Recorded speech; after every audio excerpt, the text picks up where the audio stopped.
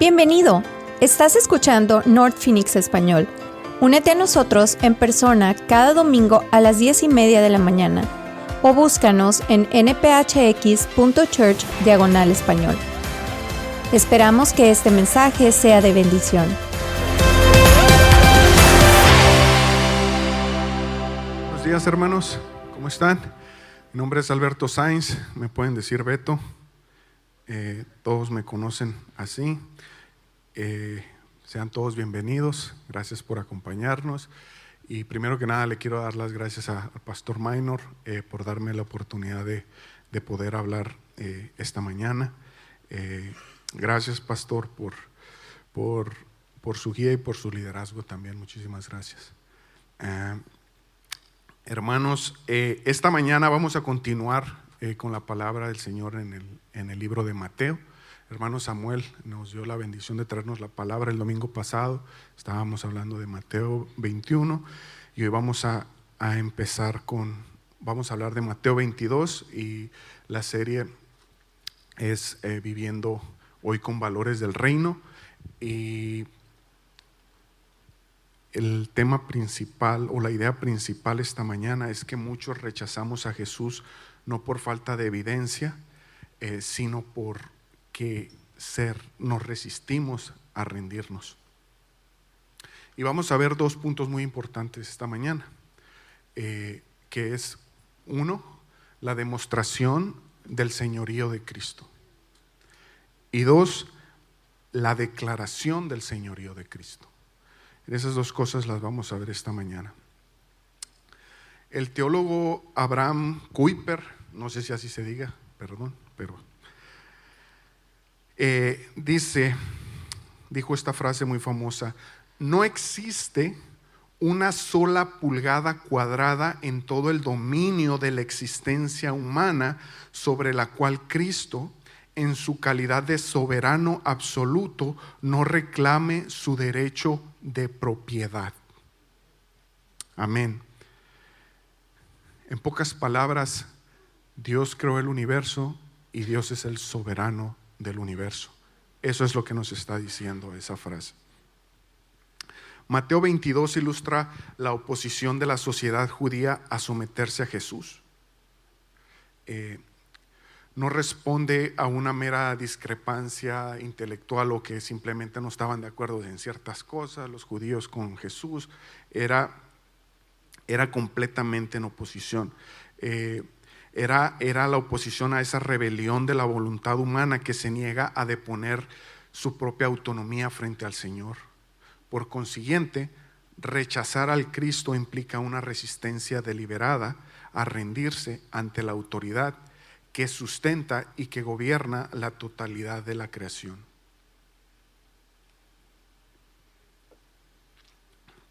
Vamos a empezar con Mateo 22, del 1 al 14, la historia de los invitados a una boda. Iniciamos, dice: Jesús comenzó a hablarle a la gente una vez más por medio de historias. Les dijo: el reino de Dios se puede comparar con un reino que ofreció una boda para su hijo. El rey envió a sus siervos para que les dijeran a los invitados que vinieran, pero los invitados no querían ir.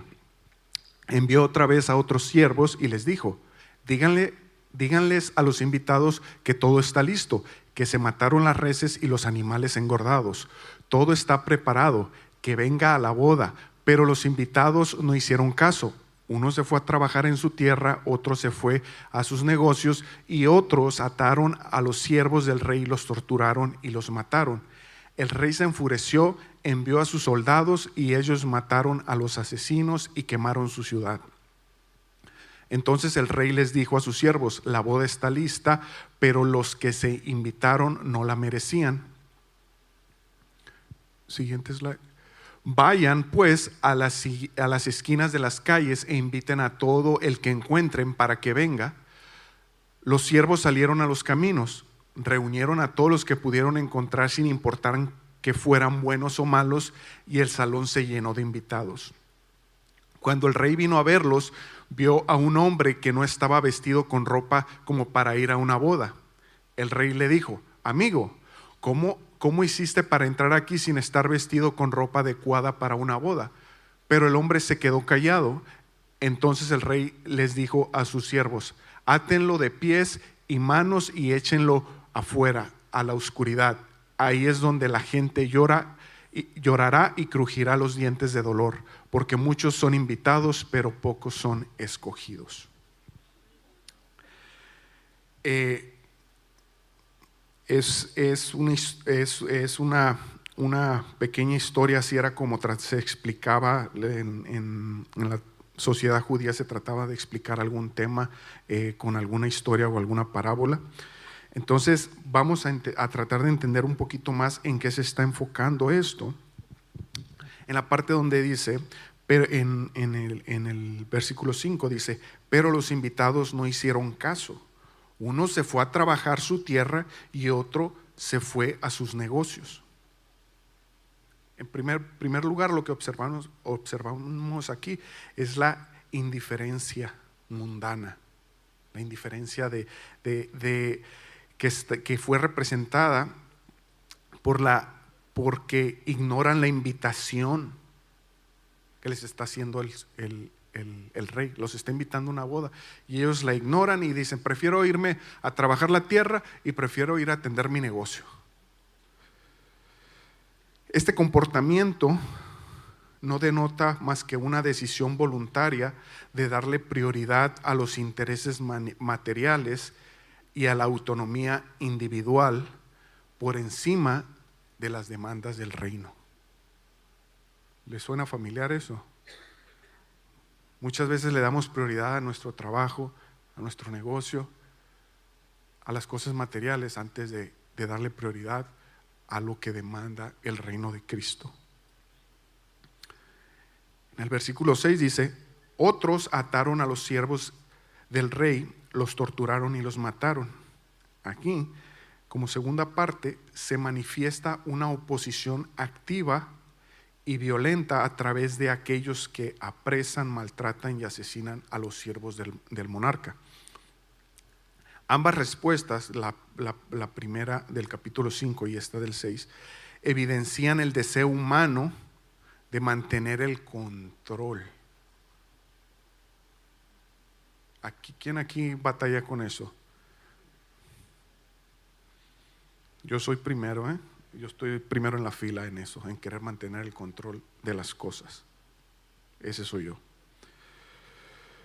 Mateo del 11 al 12 dice: cuando el rey vino a verlos, vio a un hombre que no estaba vestido con ropa como para ir a una boda. El rey le dijo: amigo, ¿cómo hiciste para entrar aquí sin estar vestido con ropa adecuada para una boda? Pero el hombre se quedó callado. La intrusión del invitado que no tenía el vestido correcto para las bodas nos da una advertencia crucial sobre la falsa profesión de la fe. De acuerdo con las costumbres del Antiguo Oriente, el anfitrión de la realeza proveía las vestiduras requeridas para los asistentes al banquete. Intentar participar de la fiesta con las ropas cotidianas, o sea, del diario, como le decimos nosotros, representa la actitud de quien pretende disfrutar de las bendiciones del reino sin someterse a la transformación ética y moral exigida por el soberano. Pocas palabras, queremos todos los beneficios, pero no queremos nada de las obligaciones. Eso es lo que nos quiere decir aquí. 22:14 dice: porque muchos son llamados y pocos escogidos. Este versículo es muy famoso, yo creo que todos lo hemos escuchado. El énfasis de este texto radica en la amplitud del llamado divino a lo largo de la historia y en la responsabilidad del ser humano al aceptar o rechazar la invitación. La exclusión final, o sea, donde dice: pero pocos son escogidos, se fundamenta en la decisión personal y en la ausencia de una demostración de vida coherente con dicha elección. ¿Qué quiere decir? Básicamente que tenemos que hacer lo que predicamos. Eso es lo que nos dice. Ahora, todo este del 1 al 14 expone el rechazo de quienes quieren los beneficios del reino, pero se niegan a someterse a la soberanía del rey. El hombre sin el traje de boda representa la pretensión de obtener la justificación de Dios, evadiendo la santificación. Esa es la primera resistencia que tenemos. La resistencia para revestirse de la justicia y transformación ética que Cristo exige. Esto nos revela a un ser humano que busca una religión medida, rechazando que la salvación implica rendirse por completo al señorío transformador del Hijo de Dios. Eso es con lo que batallamos todos. Eso es la primera resistencia. De las 5 historias que habla Mateo 22, esa es la primera. Que no nos queremos revestir de la justicia y la transformación ética de Cristo. Vamos a la segunda historia, a la del pago de impuestos. Creo que todos la conocemos, esta del 15 al 22. Dice: luego los fariseos fueron y se reunieron para planear cómo hacer caer a Jesús en algo que él dijera. Enviaron a sus propios seguidores con algunos herodianos, quienes le dijeron: Maestro, sabemos que eres un hombre honesto y enseñas con sinceridad el camino de Dios. No temes decir lo que piensas, porque no tratas a la gente según su nivel social, sino que eres imparcial. Por eso dinos qué piensas tú. ¿Es bien que paguemos impuestos al emperador o no? Jesús se dio cuenta de sus malas intenciones y les dijo: hipócritas, ¿por qué tratan de ponerme una trampa? Muéstrenme una moneda con la que pagan impuestos. Ellos le dieron una moneda de plata. Entonces él les dijo: ¿de quién es la imagen que está en la moneda y el nombre que está escrito en ella? Ellos dijeron: del emperador. Entonces Jesús les dijo: den al emperador lo que es del emperador y a Dios lo que es de Dios. Cuando ellos escucharon su respuesta, se asombraron y se alejaron. Muy importante esta parte: den al emperador lo que es del emperador y a Dios lo que es de Dios. La trampa de los líderes religiosos era un intento de fragmentar, o sea, de romper, de quebrar su responsabilidad moral ante el Creador, al mostrar que el ser humano lleva la imagen de Dios, así como la moneda lleva la imagen del César. Nosotros llevamos la imagen de Dios, porque así dice en el Antiguo Testamento: hágase imagen y semejanza. Jesús reclama el derecho de propiedad divino sobre la totalidad de la vida humana. Por eso dice: al César, al emperador lo que es del emperador y a Dios lo que es de Dios. Él está diciendo: yo soy el dueño. No hay nadie más. Fíjense, está utilizando dos partes ahí. Primero dice: al emperador lo que es del emperador. ¿Sí? O sea, lo que le corresponde a él es de él. Y cuando dice: y a Dios lo que es de Dios, entonces, ¿qué está haciendo ahí? Está excluyendo todo lo demás. ¿Y qué es de Dios? El Viejo Testamento nos dice que es todo, porque Él creó todo, ¿verdad? Entonces Él está reclamando lo que es de Él. Por eso es muy importante esa frase. Ahora vamos a la siguiente, donde dice preguntas sobre la resurrección, del 23 al 33. Perdón. Ahí nos faltó la segunda resistencia.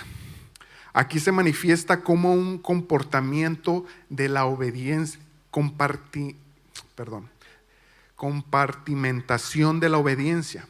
El hombre pretende crear esferas civiles o políticas autónomas donde el reclamo soberano de Dios no tenga autoridad, rehusándose a someter todas estructuras y lealtades a Dios. Entonces, ellos lo que querían era poner en la balanza a ver qué decía. Si se va para este lado, ¿qué decía? Entonces, cuando le dice, es lícito pagar los impuestos. Entonces, un pronunciamiento de Jesús en contra del impuesto lo habría catalogado inmediatamente como un líder subversivo y sedicioso. Pero si se ponía a favor del impuesto, entonces había hostilidad contra los judíos. Entonces, esa parte, ¿qué era?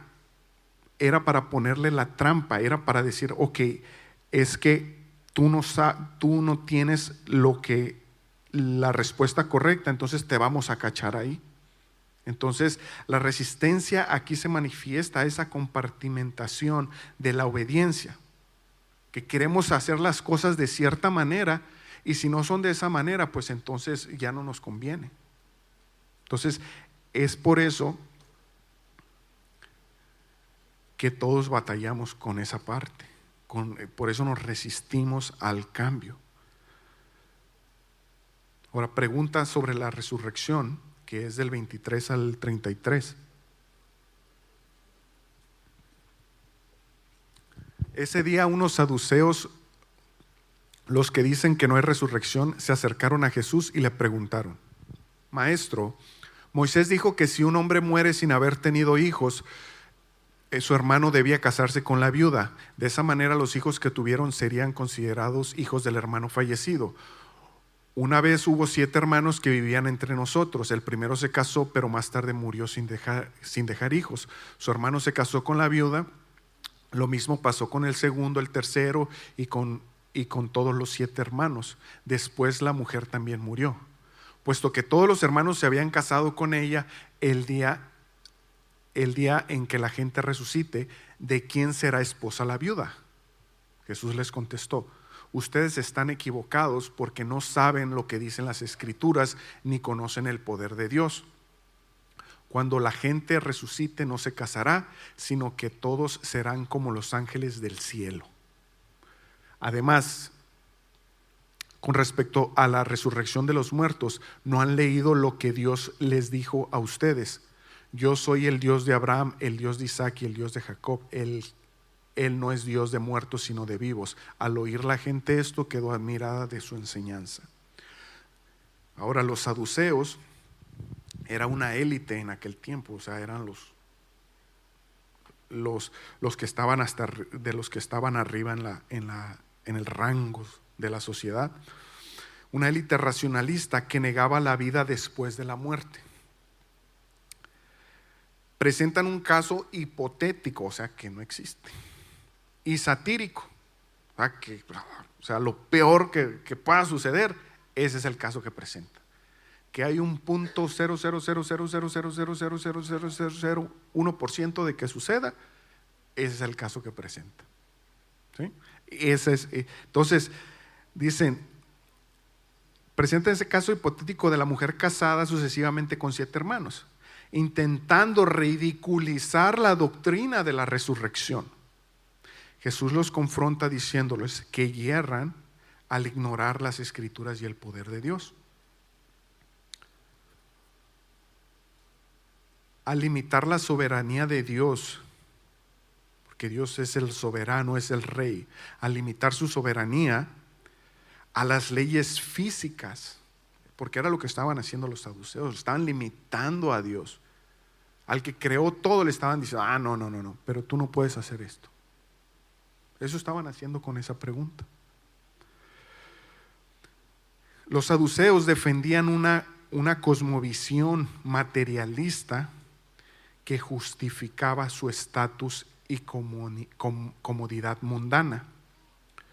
Su escepticismo intelectual respecto a la resurrección era en el fondo una resistencia moral. Esa es la otra resistencia de la que nos habla este capítulo. Preferían negar la eternidad para anular la realidad del juicio final. Si no hay resurrección, no hay eternidad, por lo tanto, no hay juicio final. Ya me salvé. Ya la hice, no importa lo que haga aquí, ya la hice, ya estoy del otro lado.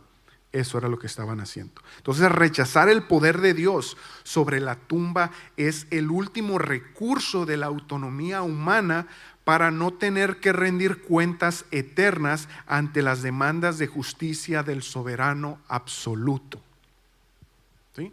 Entonces, como no hay dónde rendir cuentas, pues entonces no importa lo que yo haga aquí. Todo va a estar bien. Lo que pasa en esta tierra, no pasa nada, hombre. Todo está bien. No hay resurrección, no hay vida eterna con Cristo. Ahora la historia del mandamiento más importante del 34 al 40.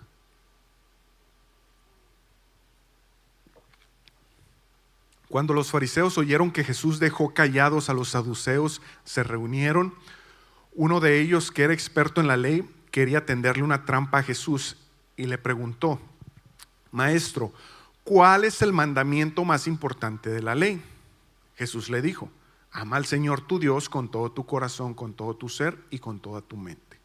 Este es el primer mandamiento y el más importante. Hay un segundo mandamiento parecido a este: ama a tu semejante como te amas a ti mismo. Toda la ley y los escritos de los profetas dependen de estos dos mandamientos. Entonces, un intérprete fariseo de la ley le interroga a Jesús para que jerarquice los mandamientos. Jesús resume toda la ley divina en el amor incondicional de Dios, que es con todo el corazón, el alma y mente, y el amor sacrificial al prójimo. Somos parte del reino de Dios todos nosotros, por lo tanto, Cristo es el gran soberano. Y por lo tanto, la soberanía de Dios gobierna la ética del creyente a través de estas tres dimensiones simultáneas. El control divino. Recuerden, estamos en el reino de Dios, ¿sí? Es su soberanía, Él gobierna. Entonces, para poder gobernar, el Señor tiene el control divino. Dice, Dios planea y regula la historia y la naturaleza, determinando qué actos humanos conducen a su gloria. ¿Sí? Él tiene el control divino. Número 2, la autoridad divina. Dios establece normas claras y absolutas en su palabra escrita, dictando cómo debe comportarse su creación. Esos son los mandamientos. Esa segunda parte, la autoridad divina, son los mandamientos que están en el Viejo Testamento. Y número 3, la presencia pactual. Dios se compromete a habitar con los creyentes y a capacitarlos por medio del Espíritu Santo para cumplir su voluntad. ¿Sí? Entonces esas tres dimensiones, tres niveles son como Dios gobierna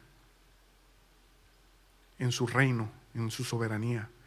Entonces, volviendo a los mandamientos que le preguntan cuál es el más importante, recuerden que había 613 mandamientos en aquel entonces. Fíjense la trampa que le estaban poniendo. 613 mandamientos. De esos 613, 248 mandamientos eran positivos, o sea, cosas que harás. Mandatos de acción. Entonces era, tienes que hacer esto, tienes que hacer aquello, tienes que hacer aquello, tienes que hacer esto, tienes. Y 365 eran mandamientos negativos. No harás, o sea, son prohibiciones asociadas con los días del año solar. O sea, en este día no puedes hacer esto, en este otro día no puedes hacer esto, en este otro día no puedes hacer esto, etcétera, etcétera. Entonces eran 613. Entonces, los fariseos habían atomizado la fe en un sistema de ritos externos y méritos acumulativos que ellos mismos podían controlar y medir. Entonces, los 613 mandamientos para ellos eran muy cómodos, porque ellos pueden decir, se tienen que hacer así, ¿sí? Y yo puedo ver que sí los estás haciendo. Si no los estás haciendo, entonces no estás cumpliendo, ¿sí? Entonces ellos tenían ese control, porque ellos decían quiénes sí y quiénes no.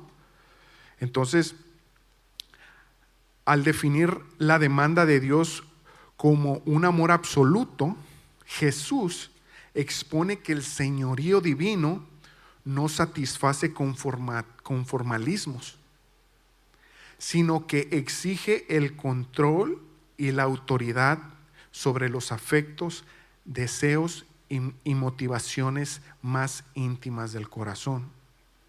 Y esto se refiere a la otra resistencia humana, que es la resistencia humana se evidencia en la preferencia por una religiosidad ritualista que sirve como escudo para no entregar el trono de la voluntad personal al Creador. ¿Qué quiere decir? Que nosotros queremos estar en control de todo, que nosotros somos los reyes de nuestra vida, nosotros somos los que mandamos y nosotros decidimos qué sucede. Y si no, pero no queremos entregar el control, nos estamos resistiendo.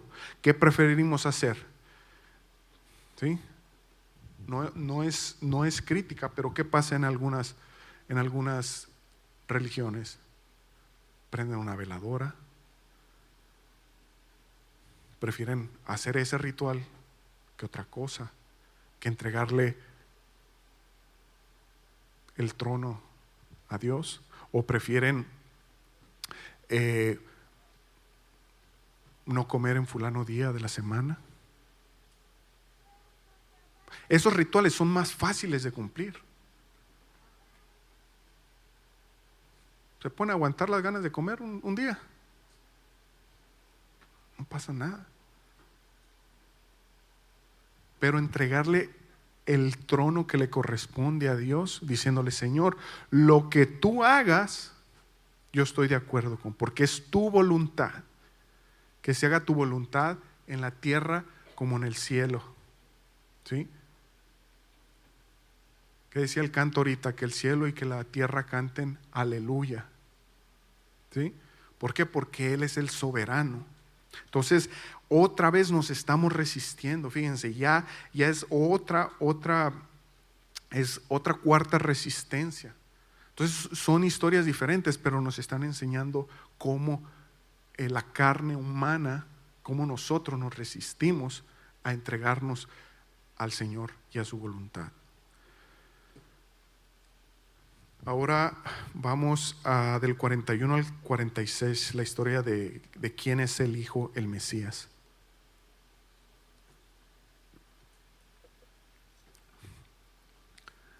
Estando todavía ahí los fariseos, Jesús le preguntó: ¿qué piensan ustedes sobre el Mesías? ¿De quién es hijo? Ellos respondieron: de David. Jesús les preguntó: entonces, ¿cómo es que David, inspirado por el Espíritu Santo, le llamaba Señor? Porque David dijo: el Señor Dios le dijo a mi Señor: siéntate a mi derecha hasta que ponga a tus enemigos bajo tu poder. Entonces, si David llama al Mesías Señor, ¿cómo puede él ser su hijo? Pero nadie pudo contestarle, y desde ese día nadie se atrevió a hacerle más preguntas. Jesús sacude sus presuposiciones al citar el Salmo 110, señalando que el propio David, hablando bajo la inspiración directa del Espíritu Santo, llamó al Mesías. ¿Qué dice el Salmo 110:1? El Señor le dijo a mi Señor. ¿Cómo? ¿Está hablando enfrente de un espejo o cómo está la cosa? ¿Sí? Porque el Señor le dijo a mi Señor: siéntate a mi derecha hasta que ponga a tus enemigos bajo tu poder. La fuerza teológica de este diálogo descansa de manera categórica sobre el uso preciso de la palabra Señor. El Señor le dijo a mi Señor. El profeta le transmite a David también. Para entender un poco más esta parte, vamos a ir a 2 de Samuel 7:11.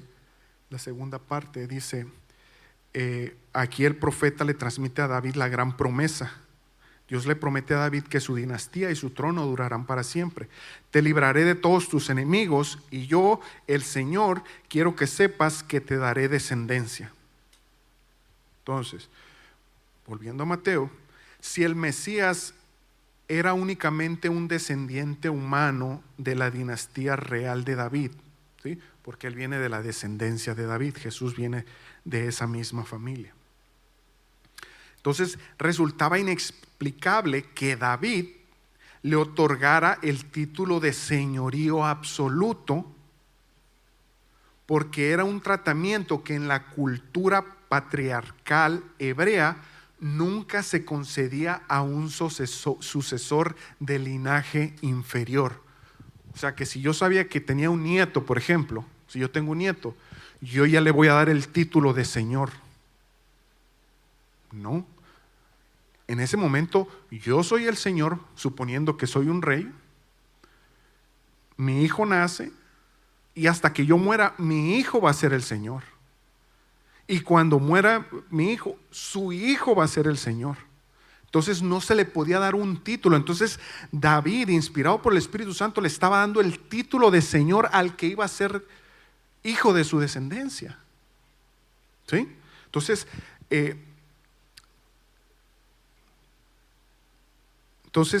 ahí es por eso que dice el Señor, le dice a mi Señor, pero también está demostrando que Cristo es el soberano coigual en dignidad y autoridad con Dios el Padre, ¿sí?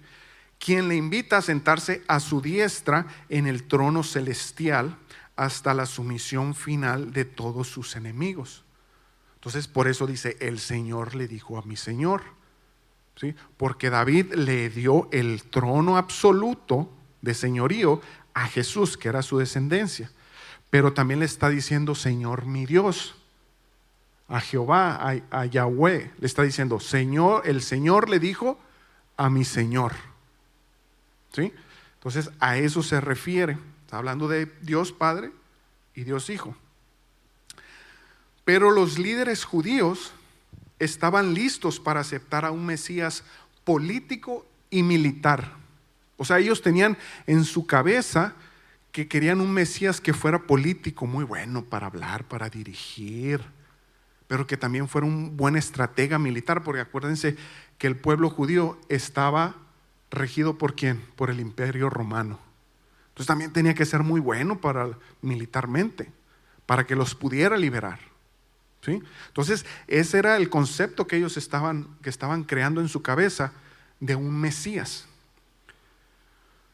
Un líder dócil, o sea, que fuera muy buen político, muy militar, pero que fuera dócil para que nos sirva a nosotros, los judíos, los que tenemos, los maestros de la ley, que sirva para nuestros fines nacionalistas y preservar el monopolio religioso en el templo. O sea, que nadie nos quite nuestra categoría de rabinos, de jefes, de maestros de la ley, que nadie nos la quite. O sea, que venga un Mesías y que nos mantenga un poco más altos que el resto de la sociedad, que no nos bajen, ¿sí?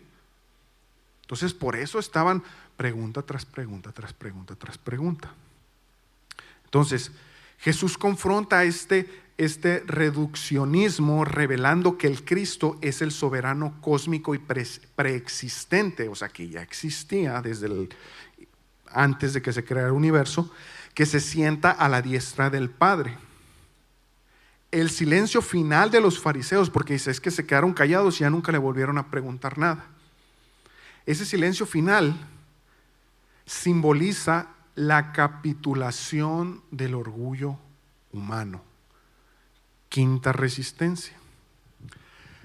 La resistencia está en preferir el quedarse callados y conspirar en las sombras antes de deponer las coronas terrenales y rendirnos ante la soberanía absoluta de Cristo. Esa es la quinta resistencia. Preferimos quedarnos callados y conspirar en las sombras. Bueno, hermanos, Ustedes, vamos a regresar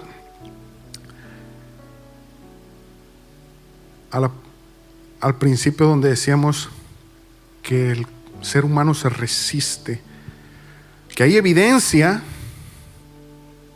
pero el ser humano nos resistimos a dejar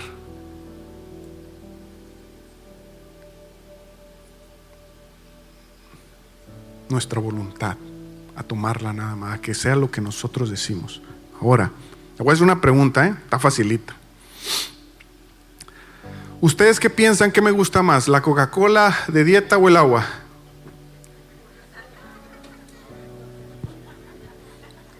Alguien dijo obvio por ahí. Muy cierto, muy cierto, muy cierto. Sí, la Coca-Cola. ¿Por qué creen que me gusta más la Coca-Cola?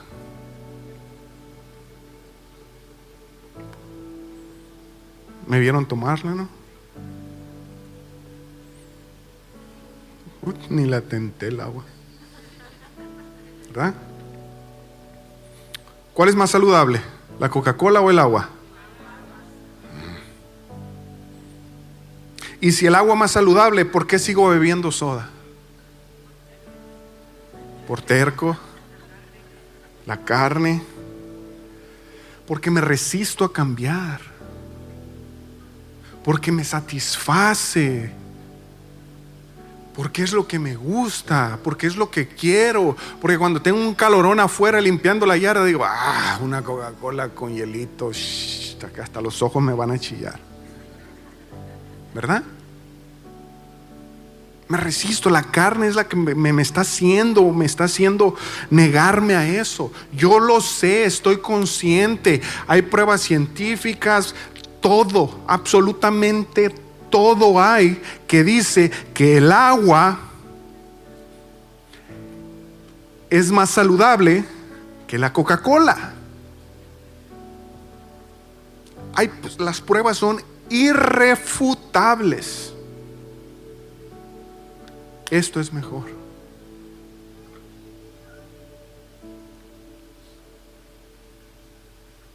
Ahora yo les pregunto, ¿qué ha hecho Cristo en tu vida?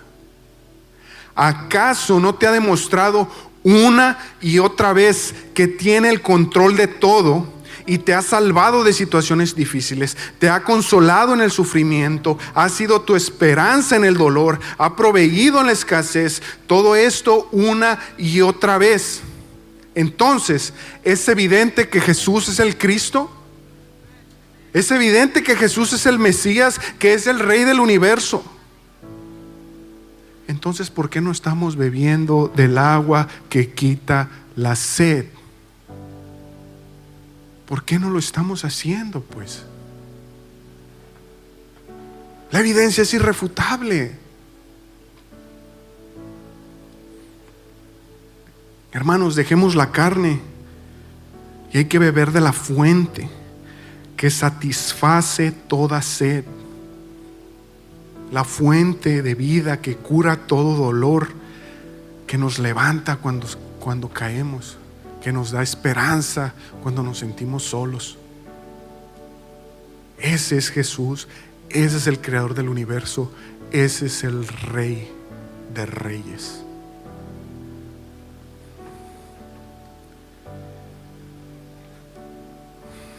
Todo esto que hablamos hasta ahorita es para todos aquellos que conocemos y que hemos aceptado a Cristo como nuestro único y suficiente Salvador. Es un recordatorio para nosotros de decir, tengo que dejar mi carne, mi voluntad y permitir que Cristo tome el control de mi vida. Pero ahora, para los que no han aceptado a Cristo como su único y suficiente Salvador y necesitas evidencia, aquí te la voy a dar. Número 1,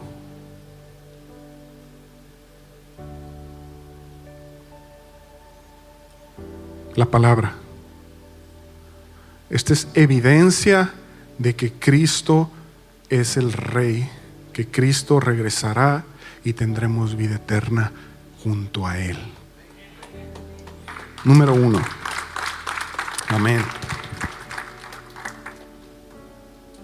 Hermanos, les voy a pedir un favor a todos los que han aceptado a Cristo en sus corazones. Levante la mano, por favor, todos los que tienen un testimonio que contar donde Cristo haya cambiado tu vida.